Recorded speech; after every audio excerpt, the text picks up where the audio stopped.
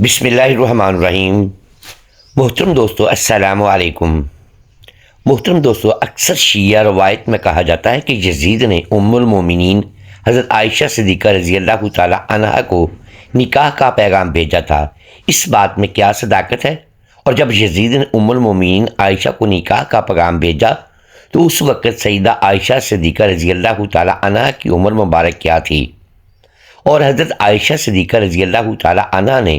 یزید کے اس فعل پر کیسے رد عمل کا اظہار کیا؟ محترم دوستو، تاریخ نے یزید کے 3 سیاہ کرتوت بیان کیے ہیں،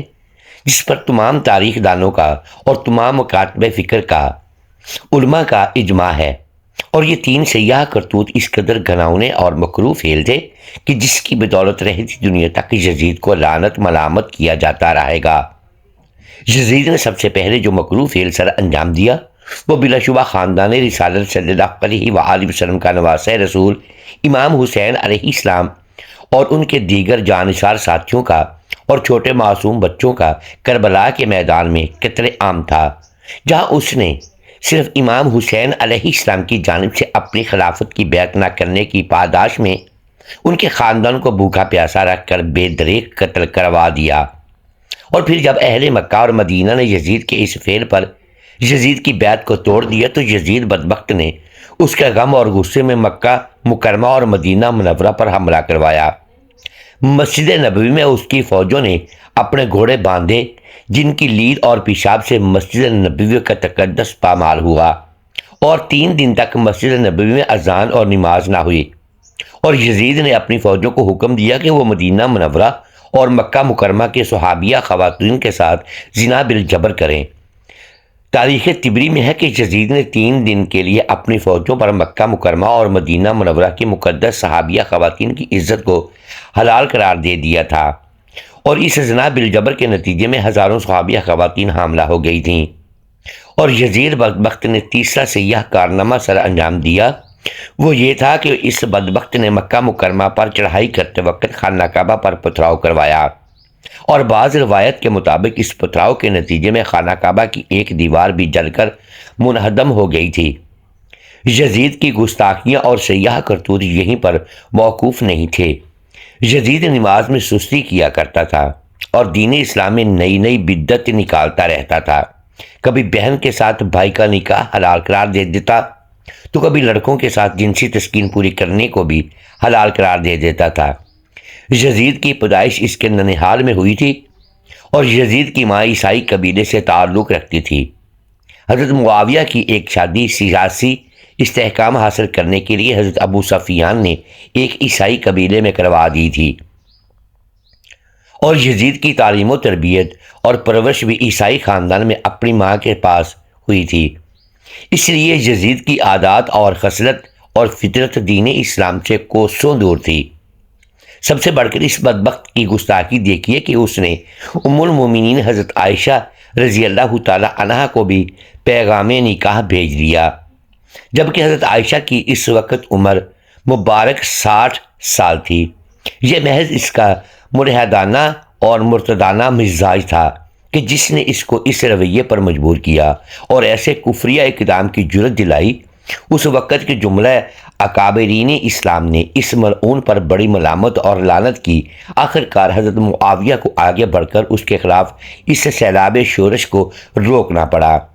اس واقعہ کو عہد متاخرین کے مشہور محدث شیخ عبدالحق محدث دہلوی نے اپنی مشہور زمانہ تصنیف مدراج النبوت میں رقم کیا ہے، اور ساتھ ہی میں اسی کے جواں مرگی کو 2 وجہوں سے عذاب الہی کا مصداق ٹھہرایا ہے، ایک قتل حسین رضی اللہ تعالی عنہ اور دوسرا حضرت عائشہ رضی اللہ تعالی عنہا کو پیغام نکاح بھیجنا۔ اور یاد رہے کہ شیخ عبدالحق محدث دہلوی وہ بزرگ ہیں کہ جن کو برصغیر میں علم حدیث کا بانی تصور کیا جاتا ہے،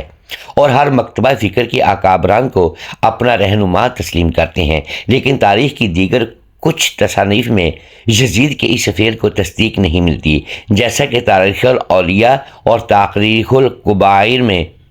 بھی یزید کے حضرت عائشہ کو نکاح کا پیغام بھیجنے کے بارے میں روایت کو ضعیف قرار دیا جاتا ہے، لیکن واضح رہے کہ تاریخ کی جن جن تصانیف میں اس روایت کو صحیح مانا جاتا ہے، اس میں اکثریت اہل تشیع کی روایت کی ہیں۔ محترم دوستو، اس میں کوئی دو رائے نہیں کہ یزید نے ظلم و ستم کا وہ بازار گرم کیے رکھا کہ جس نے خاندان رسالت کو بہت دکھ اور رنج پہنچایا، لیکن حضرت عائشہ صدیقہ کو نکاح کا پیغام پہنچانے والی روایت پر تواریخ میں متضاد اور متصادم بیان پائے جاتے ہیں۔ علامہ ابن کثیر اپنی مشہور زمانہ تصنیف البدایہ و نہایہ میں رقم تراز ہے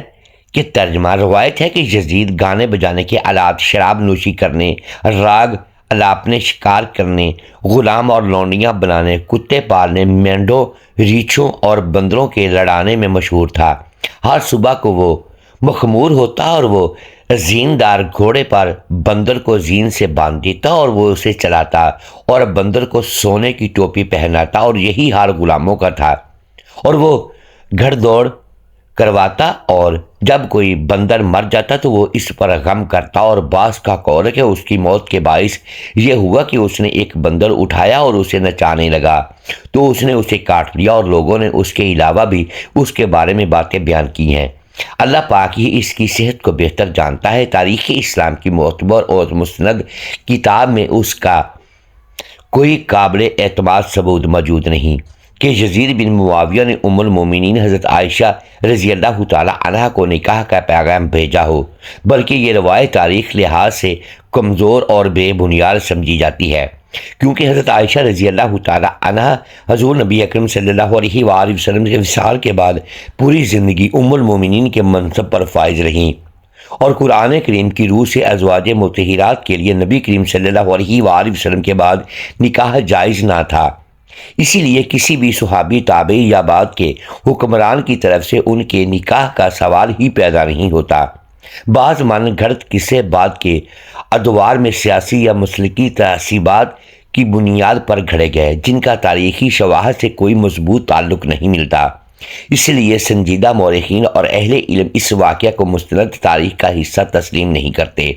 اور اسے افواہ یا غیر معتبر روایت قرار دیتے ہیں۔ محترم ناظرین، آخر میں پیارے آقا صلی اللہ علیہ وآلہ وسلم کی ذات اقدس پر ایک مرتبہ درود پاک کا نذرانہ ضرور پیش کیجیے گا۔ شکریہ، اللہ حافظ۔